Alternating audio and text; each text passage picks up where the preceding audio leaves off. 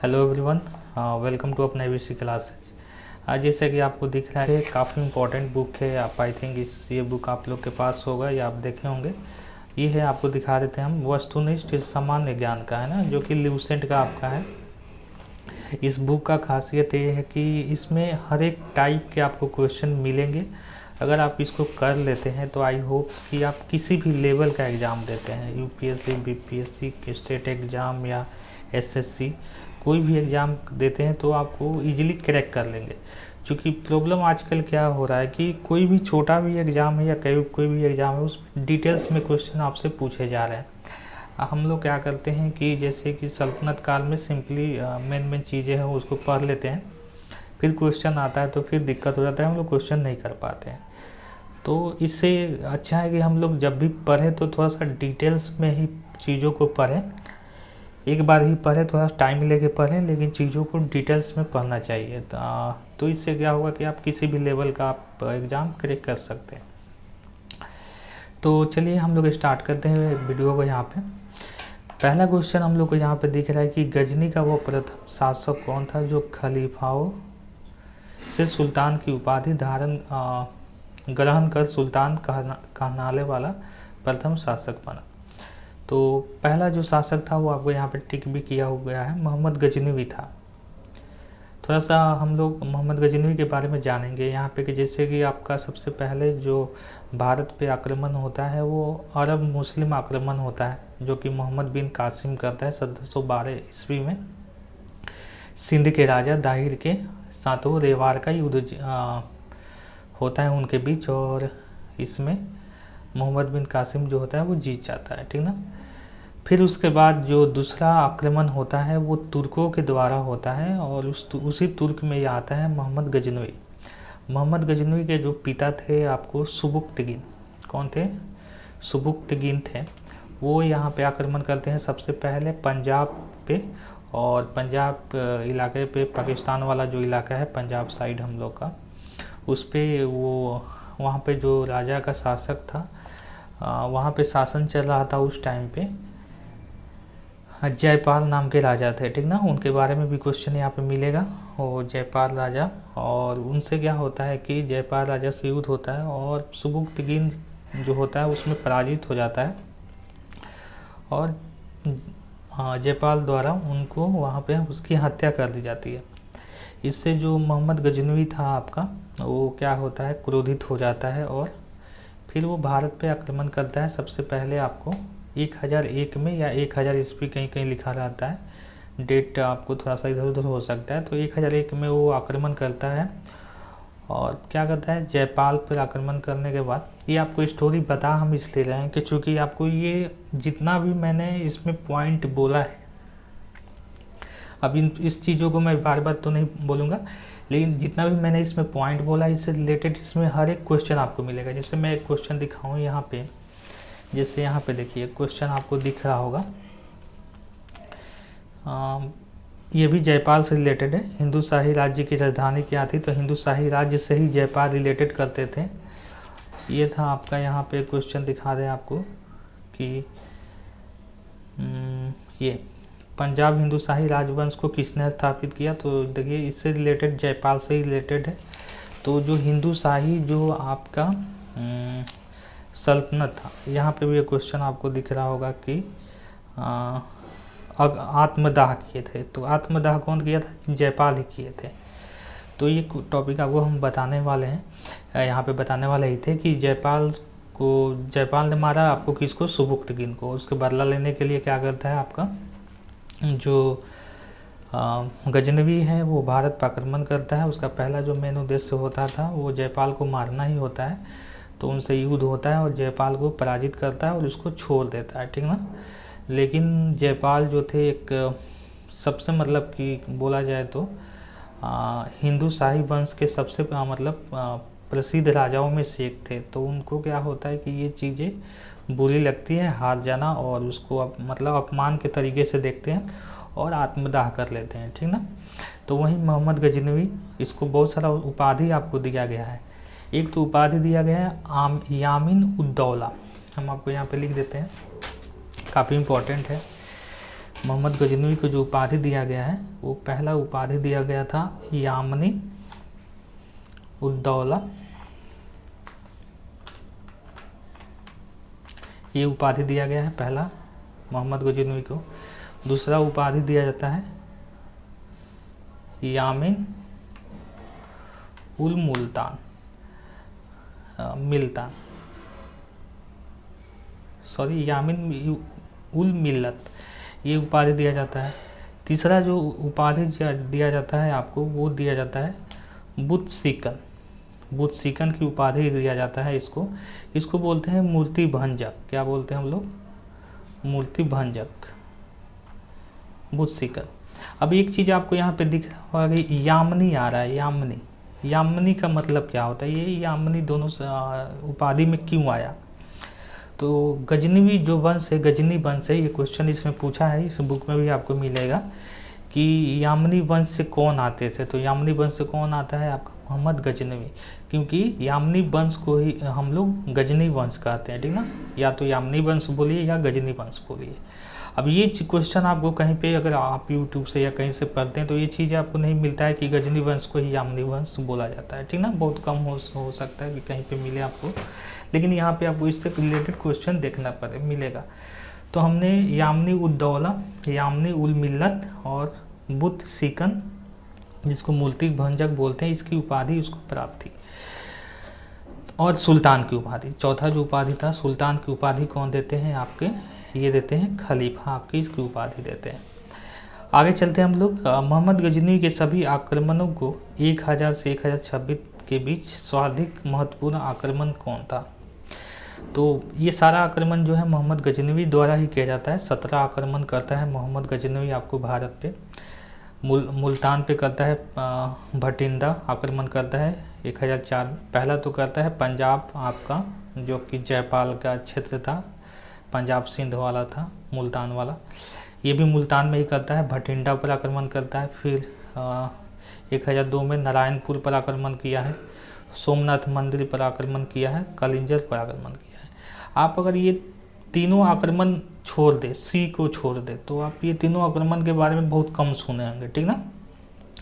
सोमनाथ मंदिर पर आक्रमण जो हुआ है आप इसको बहुत ज़्यादा सुने होंगे, ठीक ना। तो इसलिए ये जो हो जाएगा आपका इम्पोर्टेंट हो जाएगा, क्योंकि यही इम्पोर्टेंट है आपका सोमनाथ मंदिर पर जो आक्रमण करता है, क्योंकि ये जो आक्रमण था वो काफ़ी विध्वंसकारी था।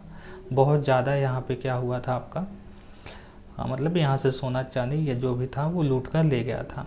उस समय यहाँ के जो राजा थे वो भी क्वेश्चन आ सकता है, चालुक्य वंश के राजा भीम द्वितीय थे, जब उसने सोमनाथ मंदिर पर आक्रमण किया था। चलिए अगला आपका क्वेश्चन है, मोहम्मद गजनवी के भारत पर आक्रमण का उद्देश्य क्या था? तो मोहम्मद गजनवी का भारत उद्देश्य, अगर मेन उद्देश्य देखा जाए तो पहला तो आपको ये लगा कि वो अपने पिता का बदला लेने के लिए आया, ठीक ना। लेकिन वो धीरे धीरे क्या होता है, उसका उद्देश्य चेंज हो जाता है। वो यहाँ से क्या होता है कि लूटपाट, मतलब कि जितने धन दौलत यहाँ से ज़्यादा ले जा सकता था वो ले जाने लगता है लूट कर यहाँ से। तो उसका मेन काम था मूर्तियों को तोड़ना, मंदिरों को लूटना, है ना। मंदिरों को वो यहाँ से लूटता था और ले जाता था। अगला क्वेश्चन देखें, मोहम्मद गजनवी के भारत पर आक्रमण के समय भारत आए विद्वान अल-बरूनी ने किस महत्वपूर्ण ग्रंथ की रचना की? अब आता है अल-बरूनी के बारे में, ठीक ना। अल-बरूनी जो थे आपके एक संत थे, इन्होंने 2 बुक, इनका मेन 2 बुक का चर्चा होता है यहाँ पे। तो लेकिन यहाँ पे ये तीनों बुक जो है ये अल-बरूनी के द्वारा ही लिखा गया है, लेकिन 2 बुक मेनली इसमें आता है आपको। एक तो आता है किताब उल हिंद, ठीक ना। किताब उल हिंद जो होता है मेन बुक होता है। एक होता है आपका तहरीक ए हिंद, तहरीक ए हिंद। यहाँ पे हम लिख देते हैं आपको, एक सेकंड, वो था आपका तहकीक ए हिंद। तो ये बुक था आपका तहकीक ए हिंद, जो था वो आपका अल-बरूनी के द्वारा ही लिखा गया था। किताब उल रियाला किताब उल खिराज, किताब उल हिंद, ये सारा बुक जो है वो अल-बरूनी के द्वारा ही लिखा गया। तो आपका ऑप्शन नंबर जो हो जाएगा डी हो जाएगा, वो करेक्ट ऑप्शन हो जाएगा, ठीक ना। चलिए अगला क्वेश्चन है, दिल्ली सल्तनत का दरबारी भाषा, तो ये तो सबको पता है आपको, फारसी था। इन लोगों का दरबारी भाषा जो था आपका फारसी था। आगरा नगर की स्थापना किसके द्वारा की गई थी? तो ये आप पढ़ते हैं आगरा नगर की स्थापना कहाँ होता है। देखिए सबसे पहले तो यहाँ गजनवी के बारे में हम लोग पढ़ रहे थे अभी। गजनवी के बाद आता है आपका मोहम्मद गौरी। मोहम्मद गौरी जो होता है वो भी यहाँ पे नहीं रुकता है। उसका जो गुलाम होता है आपका कुतुबुद्दीन ऐबक, वो गुलाम वंश की स्थापना करता है। और गुलाम वंश की स्थापना करने के बाद यहाँ पे दिल्ली सल्तनत आपका स्टार्ट होता है। तो गुलाम वंश आता है, फिर उसके बाद आता है आपको खिलजी वंश, फिर आता है आपको तुगलक वंश, फिर आता है आपको तुगलक वंश, ठीक ना। तुगलक वंश के बाद आता है आपको सैयद वंश, फिर आता है लोदी वंश। तो लोदी वंश का जो राजा था आपका सिकंदर लोदी, ठीक ना, जो चौथा शासक बनता है लोदी वंश का, सिकंदर लोदी। इसने क्या किया था आपका, ये आगरा शहर का ये स्थापना करता है सिकंदर लोदी। तो आपको यहाँ पे क्वेश्चन क्या होगा, आपको चीज़ों को एकदम एक सीरीज वाइज देखना है, ठीक ना। ऐसे अब चूँकि सिकंदर लोदी जो है, अब डायरेक्ट हम बात कर दें कि लोदी वंश का जो शासक था, जो कि अंतिम आपका ये दिल्ली सल्तनत का ये वंश था। तो इसके बाद आपका मुग़ल वंश से स्टार्ट हो जाता है, ठीक ना। तो सिकंदर लोदी आया कब, किस वंश के बाद में आता है, उसमें कौन कौन सा शासक है, और सिकंदर लोदी का कौन सा स्थान है, तो चौथा स्थान शासक था ये आपका। और वहाँ पे वो आगरा शहर की स्थापना करता है। चलिए अगला क्वेश्चन हम लोग देखते हैं, सारा आपको बात करेंगे यहाँ पे। निम्नलिखित में वह दिल्ली का सुल्तान कौन था जिसकी मृत्यु चौगान पोलो खेलते हुई? तो ये काफ़ी इंपॉर्टेंट क्वेश्चन है, बहुत एग्जाम में पूछा गया है, रेलवे SSC काफ़ी, मतलब कितना बार ये क्वेश्चन पूछा गया होगा, आप इसका ये नहीं कर सकते, बहुत ज़्यादा क्वेश्चन है ये, आपका रिपीटेड क्वेश्चन है। तो ये है कुतुबुद्दीन ऐबक, चौगान खेलते हुए कुतुबुद्दीन ऐबक की जो होती है आपकी 1210 ईस्वी में लाहौर, जो इसकी राजधानी थी, कुतुबुद्दीन ऐबक की राजधानी जो थी लाहौर, वहाँ पे इसकी मृत्यु हो जाती है चौगान खेलते हुए, ठीक ना। कुतुबुद्दीन ऐबक के बारे में आपको पता होगा कि उसको कुरान खां भी कहते हैं, लाक्स बख्श भी कहते हैं, चंद्रमा का देवता इसको बोला जाता है, ठीक ना। तो 1210 में कुतुबुद्दीन ऐबक की मृत्यु हो जाती है। वो सुल्तान की उपाधि नहीं धारण करता है क्योंकि वो गुलाम रहता है, तो उसको वास्तविक शासक सुल्तान नहीं माना जाता है आपका दिल्ली वंश का। तो वो सब चीज़ें आपको पता होना चाहिए। चलिए आगे क्वेश्चन है, कुव्वत उल इस्लाम मस्जिद का निर्माण किसने करवाया था? कुतुब मीनार, कुव्वत उल इस्लाम मंदिर का जो था आपका निर्माण कौन करवाया था आपका? 2.5 दिन का झोपड़ा, इस सब का निर्माण कराया था कुतुबुद्दीन ऐबक। 2.5 दिन का झोपड़ा बोले या बोले कुव्वत उल इस्लाम मंदिर मस्जिद, जो कि सबसे पहला मस्जिद था आपका भारत में इस्टेब्लिश होने वाला, वो था कुव्वत उल इस्लाम। तो ये करता है कुतुबुद्दीन ऐबक, ठीक ना। कुतुबुद्दीन ऐबक ही आपका ये 2.5 दिन का झोपड़ा बनाता है अजमेर में, ठीक ना। तो ये आपका क्वेश्चन का ऑप्शन हो जाएगा ए। तराइन की पहली लड़ाई जो होती है आपको 1811 में निम्नलिखित में किसके बीच होती है? तो तराइन का प्रथम लड़ाई जो होता है आपको मोहम्मद गौरी जो होता है और पृथ्वीराज के बीच में होता है, ठीक ना। तो मोहम्मद गौरी और पृथ्वीराज के बीच, जो कि गजनवी के बाद जो आता है वो कौन आता है? मोहम्मद गौरी आता है, ठीक ना। तो मोहम्मद गौरी जो है और पृथ्वीराज के बीच आपको क्या होता है? तराइन का प्रथम युद्ध होता है, जिसमें मोहम्मद गौरी जो होता है हार जाता है और पृथ्वीराज चौहान जीत जाते हैं। पृथ्वीराज चौहान जो है, इनका यही गलती होता है कि इसको छोड़ देते हैं, ठीक ना। सपोज कीजिए कि अगर ये वहाँ पे मोहम्मद गौरी को हराने के बाद उसकी युद्ध में हत्या कर देते, तो ये दिल्ली सल्तनत जो था आपका ये नहीं हो पाता, ठीक ना। तो ये काफ़ी जो छोटी छोटी इवेंट जो होता है ना, वो हिस्ट्री को चेंज कर देता है। तो इसका छोड़ देना भी हिस्ट्री क्रिएट हो जाता है यहाँ पे, क्योंकि इसके बाद फिर से वो अटैक करता है और तराइन का द्वितीय युद्ध होता है, और उस युद्ध में पृथ्वीराज चौहान जो है वो हार जाते हैं और मोहम्मद गौरी क्या होता है, जीत जाता है। ठीक ना। तो वो जो होता है आपको 1192 ईस्वी में होता है आपका सेकंड जो होता है वार आपका पृथ्वी तराइन का द्वितीय युद्ध। मोहम्मद गौरी के बारे में अगर बात करें तो 1194 में ये चंदावर का युद्ध भी लड़ता है जयचंद से। ठीक ना। तो जिसमें जयचंद जो होते हैं वो हार जाते हैं। गौरी जो थे आपका वो एक सिक्का चलवाता है, उस पर लक्ष्मी की आकृति जो थी उस पर थी। ठीक ना। गौरी जो सिक्का चलवाता है मोहम्मद गौरी, उस पर लक्ष्मी का सिक्का थी। मोहम्मद गौरी के जो थे गुलाम थे वो 4 गुलाम थे। पहला तो था कुतुबुद्दीन ऐबक जो कि कालिंजर अभियान करता है। ठीक ना। दूसरा था यल्दोज, कुबाचा, बख्तियार खिलजी। बख्तियार खिलजी के बारे में आप जानते हैं कि जो नालंदा और विक्रमशिला विश्वविद्यालय को जलाया था। ठीक ना। तो ये 4 गुलाम थे आपके, कुतुबुद्दीन ऐबक, यल्दोज, कुबाचा, बख्तियार खिलजी। इसको अब अगर हम लिखना चाहें यहाँ पे तो आपको लिख देते हैं कि आपको क्लियर या स्पष्ट हो जाए चीज़। तो पहला गुलाम हो जाएगा आपको कुतुबुद्दीन ऐबक, जिसके बारे में आपको पढ़ना है, जो गुलाम वंश का स्थापना करता है। दूसरा हो जाएगा यल्दोज, तीसरा हो जाएगा आपका कुबाचा, और चौथा हो जाएगा आपको बख्तियार खिलजी। ठीक ना। बख्तियार खिलजी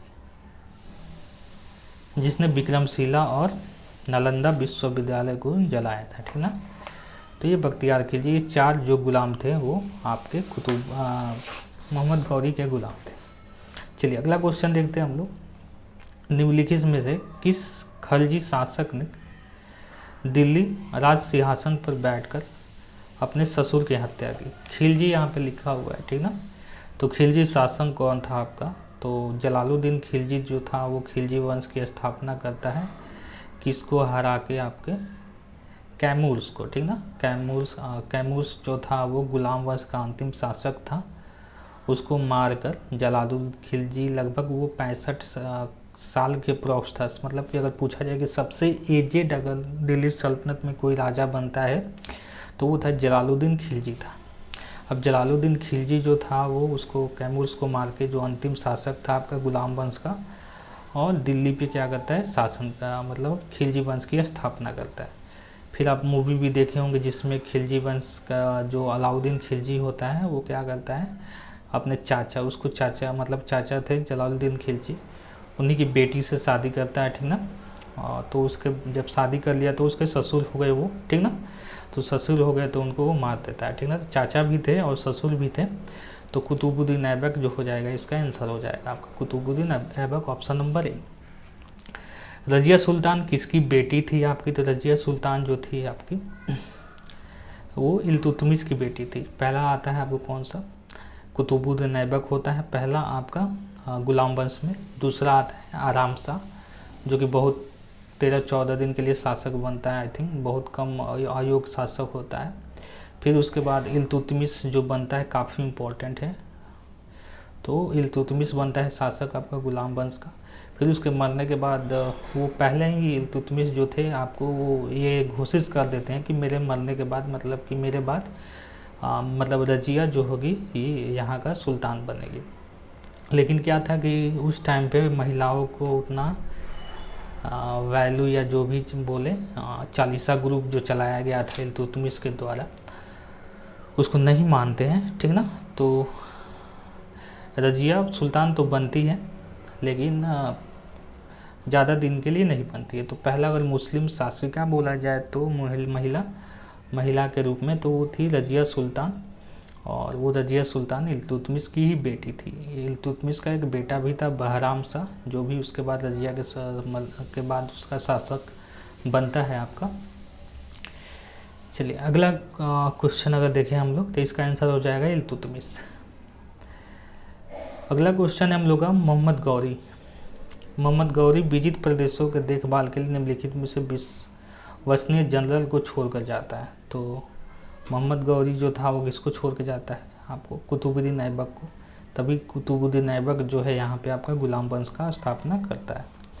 तो कुतुबुद्दीन ऐबक जो हो जाएगा आपका इसका आंसर हो जाएगा। अगला है आपका किसके शासन में सबसे अधिक मंगोल आक्रमण हुआ है?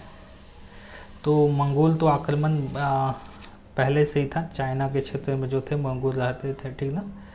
लेकिन अगर सबसे ज़्यादा अगर क्वेश्चन पूछा जाए कि मंगोल का आक्रमण किसके शासन काल में हुआ था, तो वो था आपको अलाउद्दीन खिलजी, ठीक ना। तो आपका यहाँ पे हो जाएगा अलाउद्दीन खिलजी के शासन काल में सबसे ज़्यादा मंगोल का शासन हमको देखने को मिला था। तराइन के द्वितीय युद्ध में किसने किसको पराजित किया? तो ये पहले हम लोग बात कर चुके हैं कि तराइन का द्वितीय में जो 1192 ईस्वी में होता है, मोहम्मद गौरी जो होता है वो जीत जाता है और पृथ्वीराज चौहान जो है हार जाते हैं, ठीक ना। तो मोहम्मद गौरी ने पृथ्वीराज को पराजित किया था। तो ये ऑप्शन डी जो हो जाएगा आपका करेक्ट हो जाएगा। अगला जो क्वेश्चन है 1329 और 1330 के बीच किसने तांबे के सिक्के के रूप में परिणाम स्वरूप मुद्रा सांकेतिक मुद्रा प्रचलित किया? चलिए तो ये तो हो जाएगा काफ़ी प्रचलित राजा थे जिसको बोलते हैं रक्त पिपासु। आप नाम सुने होंगे। तुगलक वंश का जो राजा थे गियासुद्दीन तुगलक, जो तुगलक वंश का स्थापना करते हैं। दूसरे नंबर पे आते हैं मोहम्मद बिन तुगलक, जिसको बोलते हैं रक्त पिपासु। क्यों? क्योंकि इनकी जो भी नीति थी ना वो विरोध मतलब जो भी नीति बनाते थे उसके अपोजिट हो जाता था। वैसे तो ये सबसे पढ़े लिखे आपके शासक में जाने जाते हैं, लेकिन इनकी जो भी नीति थी, जैसे कि आपका एक बोले दीवान आमिर को ही जो कृषि के क्षेत्र में चलाए थे, तांबे और सिक्के पे क्या किए थे, एक सांकेतिक मुद्रा बनवाए थे, ठीक ना। जो इल्तुतमिश चांदी का टक्का और तांबे का जीतल जो चलाता है इस इल्तुतमिश, उसी का 1/10 और 1/11 पार्ट को ये उसका वैल्यू दिए थे, ठीक ना। तो लेकिन क्या होता है कि सांकेतिक मुद्रा थी तो आसानी से लोग क्या करते थे, घरों में इसको बना लेते थे मुद्रा को। इससे क्या हुआ कि इस मुद्रा का मतलब कि घर में इजीली बन जाता था, तो लोग इजीली क्या करते, पैसा बनाना शुरू, तो इससे काफ़ी मतलब कि दिक्कत होगा, ठीक ना, प्रशासन करने में। अब मान लीजिए कि जो घरों घरों में पैसा इजीली बन जाए तो दिक्कत होगा। फिर उसको इस निर्णय को चेंज भी कर देते हैं। क्या कहते हैं कि जो जिनके पास जो भी ये पैसा है लाइए और इसके बदले में सोना चांदी या जो भी धन है ले जाइए। तो लोग क्या मतलब कि घर में जो बनाए थे सिक्के, वो सब सिक्के से भी अपना मतलब कि चेंज कर लिए सोना और चांदी, ठीक ना। तो ये काफ़ी मूर्खता वाला काम हो गया था इनसे, तो इसलिए इनको बोलते हैं रक्त पिपासु भी बोलते हैं। और ये थे आपके मोहम्मद बिन तुगलक, दूसरे जो थे तुगलक वंश के दूसरे राजा जो थे आपके मोहम्मद बिन तुगलक थे आपके, है ना। तो ऑप्शन हो जाएगा ऑप्शन सी। अगला क्वेश्चन है आपका, दिल्ली के किस सुल्तान को इतिहासकार ने विरोधी का मिश्रण बताया? तो विरोधों का मिश्रण इसी को बोलते हैं हम लोग, मोहम्मद बिन तुगलक को ही, क्योंकि जो भी ये कार्य किए उनका विरोध ही देखने को मिला, ठीक ना। जो ये राजा मतलब प्रजा का भला सोचते थे,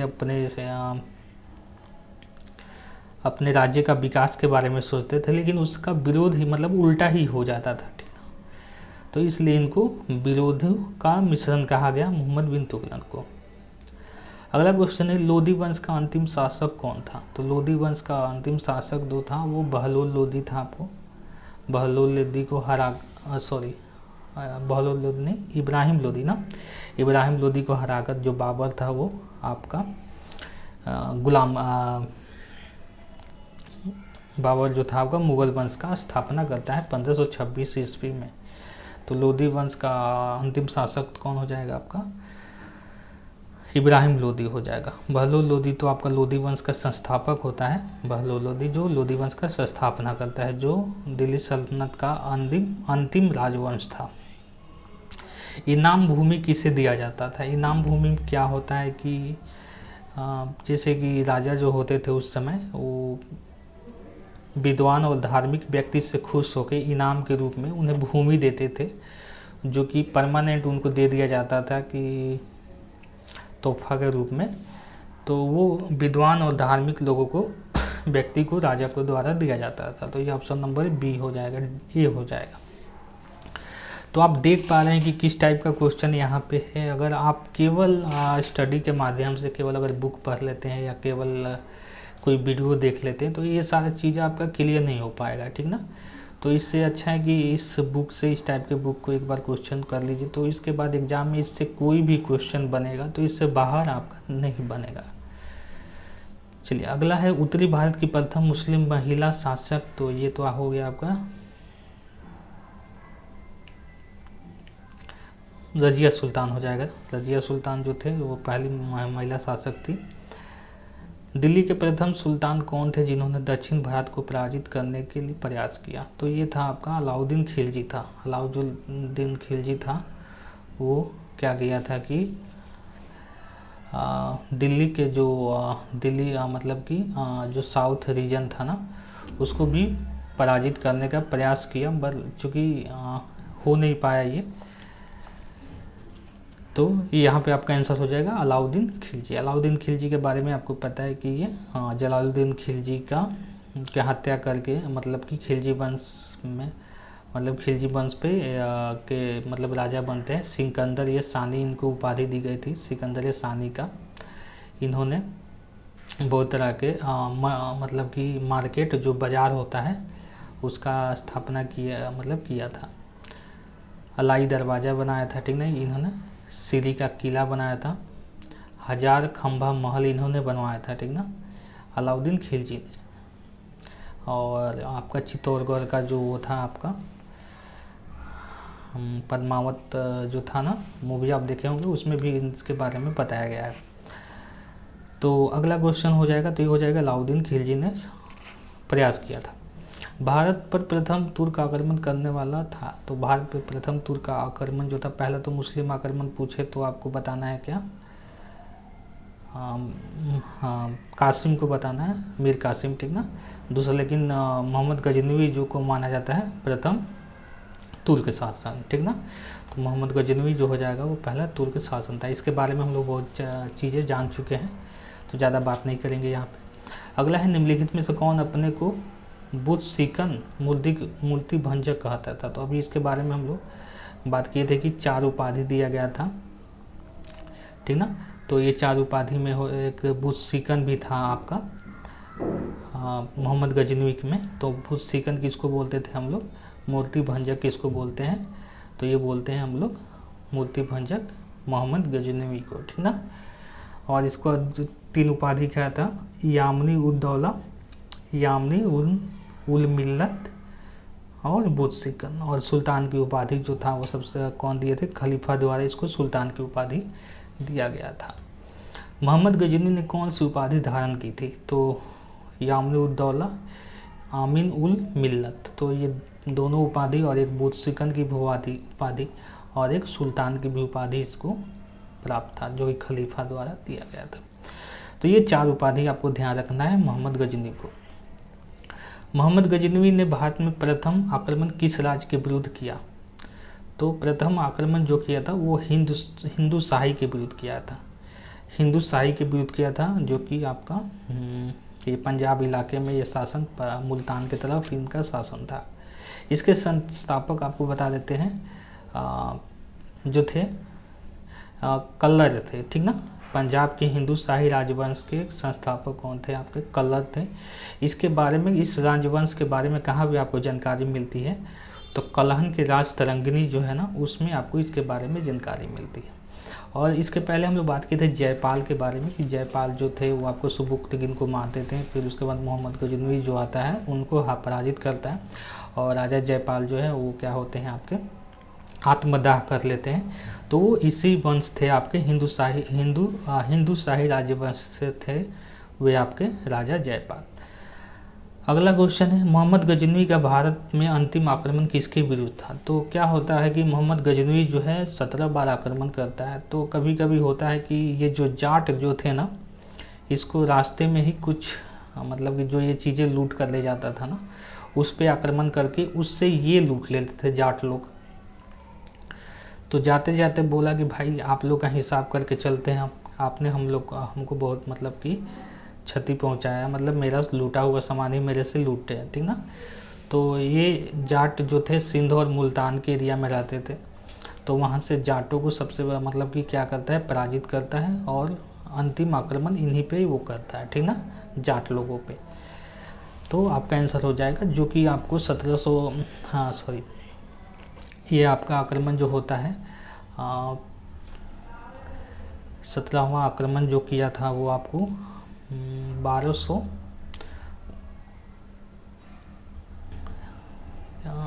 जैसे कि सोमनाथ का जो आक्रमण था 17वां जो आक्रमण आपका किया था वो करता है आपका 1025 में, है ना। और ये जो आक्रमण अंतिम जो आक्रमण उसका होता है कलिंगर का किया था आपका 1920 में, है ना। तो अंतिम आक्रमण इसका होता है 17वां जो आक्रमण होता है वो होता है आपको 27 में, ठीक ना, 1027 ईस्वी में ये करता है आपको आक्रमण यहाँ पे। तो ये हो जाएगा आपके क्वेश्चन का आंसर। यहाँ पे कहाँ थे हम लोग के विरुद्ध किया था, तो हिंदू शाही ब्राह्मण शाही के खिलाफ। इसके राजा हम लोग संस्थापक कलौर थे, ये हम लोग बात कर चुके, कल्लर थे, और इसी राजवंश के थे आपके जयपाल। इसका राजधानी थी उदभंडारपुर, ठीक ना। ये ओहिद और वैहिद तो नहीं मिलता है कहीं पे, लेकिन आपको उदभंडारपुर याद रखना है।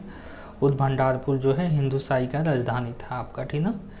मोहम्मद गजनवी का भारत अंतिम आक्रमण किसके विरुद्ध था, तो जाटों के विरुद्ध। ये तो हो गया था हम लोग का। हिंदू शाही राज्य कौन सा शासक तुर्कों से बार बार पराजित होने के गलनिवश आत्मदाह कर लेता है। तो ये आत्मदाह कौन करते हैं, आपके जयपाल जो हैं वो पराजित होने के बाद अपना आत्मदाह कर लेते हैं, ये हम लोग बात कर चुके हैं। अभी हम लोग बात करते हैं गजनी वंश को ही यामनी वंश कहते हैं, क्योंकि यामनी उद्दौला, यामनी उल मिल्लत, ये सब उपाधि जो दिया गया था गजनी को दिया गया था, मोहम्मद गजनवी को। और गजनवी वंश को ही यामनी वंश या गजनवी वंश हम लोग बोलते हैं। महमूद गजनवी के साथ भारत आने वाले इतिहासकारों में कौन नहीं था, तो ये आपके फिरदौसी, शाहनामा, अलबरूनी थे, उत्बी थे आपके, सुबुक्तगिन, ये है आपका बैहाकी, है ना। तो यहाँ पे जो हो जाएगा आपका फिरदौसी जो हो जाएगा, शाहनामा जो है आपका ये मोहम्मद गजनवी के टाइम पे नहीं है, ठीक ना। तो आपका आंसर हो जाएगा ऑप्शन नंबर